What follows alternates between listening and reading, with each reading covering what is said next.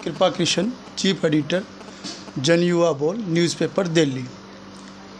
हम लोग बाबा बालकनाथ जी की यात्रा पे आए हुए थे और वहाँ से हम निकल रहे थे तो बाबा जी चावला जी के साथ में यात्रा हमने कंप्लीट की और रास्ते में इनका जो है आश्रम आ रहा था। ये गौशाला है ना बाबा। पहले तो आप अपना व्यासपीठ पे कथा कर रहे थे, आप अपना नाम बताइए। मेरा नाम आचार्य शिव शास्त्री है और मैं भागवत प्रवक्ता हूँ। यहीं हिमाचल प्रदेश का रहने वाला हूँ, ऊना ज़िले से ही हूँ। और आप इस समय गोपाल गोधाम गौशाला एक ककराना में है। तो गोपाल गोधाम गौशाला ये उन बेसहारा गौओं के लिए बनाई हुई हैं जिन गौ माता को हम जैसे विधर्मियों ने दूध पी करके दर बदर की ठोकर खाने के लिए छोड़ दिया था। वर्तमान में सब लोग मिलजुल करके गौ माता की सेवा कर रहे हैं। वर्तमान में इस गौशाला में लगभग 270 के करीब गौ माताएँ हैं जिन गौ माता की कृपा से इस समय समाज का उत्तम पोषण चला हुआ है। और यहाँ वर्तमान में भागवत जी की कथा का सप्ताह ज्ञान यज्ञ चला हुआ है जो कि 3 तारीख से प्रारंभ हुआ था और आने वाली 9 तारीख तक रहेगा। तो भागवत जी की कथा ये जन कल्याण के लिए कही जाती है।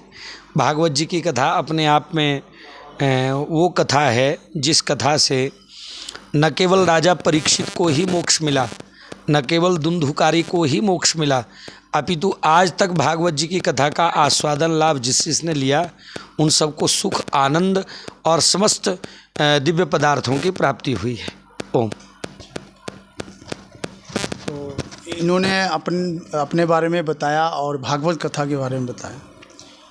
एक ये मैं पूछना था, आजकल लोग धर्म से बहुत जुड़ गए हैं, जगह जगह पर आप देखते हो कथाएं होती हैं। तो हमारे उधर भी अयोध्या में राम मंदिर बन गया है, तो राम मंदिर पे ज़रूर आप कुछ बोलें।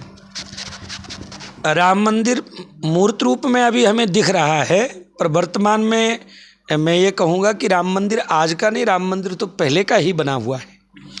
हाँ, राम जी भव्य मंदिर के गर्भगृह में प्रतिष्ठित अब हुए हैं और ये अनेकों संतों की साधना का परिणाम है, अनेकों राम जी के लाडले भक्तजनों की भक्ति का परिणाम है कि आज वहाँ राम मंदिर बन चुका है और रामलला वहाँ विराजमान हो चुके हैं। सब लोगों की आस्था का केंद्र वो था, तो वहाँ सब लोग आ रहे हैं, जा रहे हैं, भक्ति कर रहे हैं। राम मंदिर किसी एक संप्रदाय का नहीं है, राम मंदिर किसी एक वर्ग का नहीं है। राम जी सबके हैं, क्योंकि चाहे कोई अपने आप को सिख कहे, चाहे कोई अपने आप को ईसाई कहे, चाहे कोई अपने आप को मुस्लिम कहे, चाहे अपने आप को कोई बौद्ध कहे, चाहे अपने आप को कोई जैन धर्म का कहे, सत्य तो ये है कि हम सब सनातनी हैं और सनातनियों का आधार श्री राम है। तो श्री राम सबके हैं और रामलला विराजमान है, तो ये बड़ी प्रसन्नता की बात है। राम जी मंदिर के गर्भगृह में प्रतिष्ठित हुए, उसकी प्रसन्नता तो पूरे देश भर को है। सनातन धर्म के लिए आप लोग बहुत अच्छा काम करते हैं, धर्म के प्रति के लोगों को जोड़ते हैं। तो आप जब आप कथा करते हैं या पहले भी मेरे से पहले भी आपने कथाएं की हैं, तो उसमें आप राम मंदिर का जिक्र आप करेंगे, तो ये मैं आपसे पूछना चाहता हूँ। जी हाँ, राम मंदिर का और श्री राम जी का राम जी की चर्चा ही तो कथा है। राम जी के मंदिर की चर्चा, राम जी की लीलाओं की चर्चा, राम जी की चर्चा, राम जी के भक्तों की चर्चा, यही तो कथा है। तो ये करते भी आए हैं और करते भी रहेंगे। राम जी के मंदिर की चर्चा, मंदिर बन तो गया लेकिन मंदिर की व्यवस्था बनी रहे उसके लिए चर्चा करनी पड़ेगी। मंदिर बन तो गया, मंदिर में पूजा चलती रहे उसकी चर्चा सतत करनी पड़ेगी। मंदिर बन गया, अब दर्शन के लिए दर्शनार्थी वहाँ जाएंगे, तो दर्शनार्थी वास्तव में भक्त बन करके जाएं, वो दर्शक बन करके न जाएं, इसकी चर्चा करनी पड़ेगी। और ये चर्चा करने से ही लोगों को अपने कल्याण के लिए सही ज्ञान मिल पाएगा। तो ये चर्चा तो चलेगी।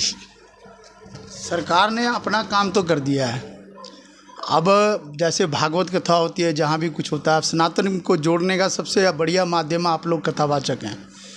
तो मैं ज़रूर चाहूँगा कि आप जब भी कहीं कथा करें तो आप इसका जिक्र ज़रूर करें और हर हिंदू से अपील करें कि वो राम मंदिर जाकर ज़रूर दर्शन करें। तो मैं तो यही कहूँगा। और अगर आप मेरे अखबार के थ्रू और कुछ भी कहना चाहते हैं तो आप इसमें बोल सकते हैं। बहुत अच्छा आपने संदेश दिया है कि आप श्री राम मंदिर की चर्चा करें। हाँ, ये हम लोग करते ही आए भी हैं और करते भी रहेंगे, क्योंकि हर किसी को भगवान श्री राम के दर्शन करने के लिए वहाँ जाना चाहिए। हर किसी को भगवान श्री राम की पूजा से जुड़ना चाहिए। भगवान श्री राम हमारे पूर्वज हैं, हमारे पुरखे हैं, जैसा कि हमें शास्त्र कहते हैं, हमें पुराण कहते हैं, हमें वेद कहते हैं। तो निश्चित है कि राम हमारे आधार है, राम हमारे इष्ट हैं। तो हमारे ही नहीं, वो पूरे विश्व के हैं, पूरे राष्ट्र के हैं। तो निश्चित है कि उनकी भक्ति के साथ सबको जुड़ना चाहिए। हाँ, आपके अखबार के माध्यम से, आपके चैनल के माध्यम से यदि मुझे कोई संदेश देने को कहे तो मैं तो समता का संदेश दूंगा। और मैं कहूँगा कि अंधे दर्शक मत बनो, बहरे श्रोता मत बनो और गूंगे वक्ता मत बनो। स्वयं भी कुछ सीखिए, तब आप लोगों के कल्याण के लिए और अपने कल्याण के लिए कुछ कर पाएंगे।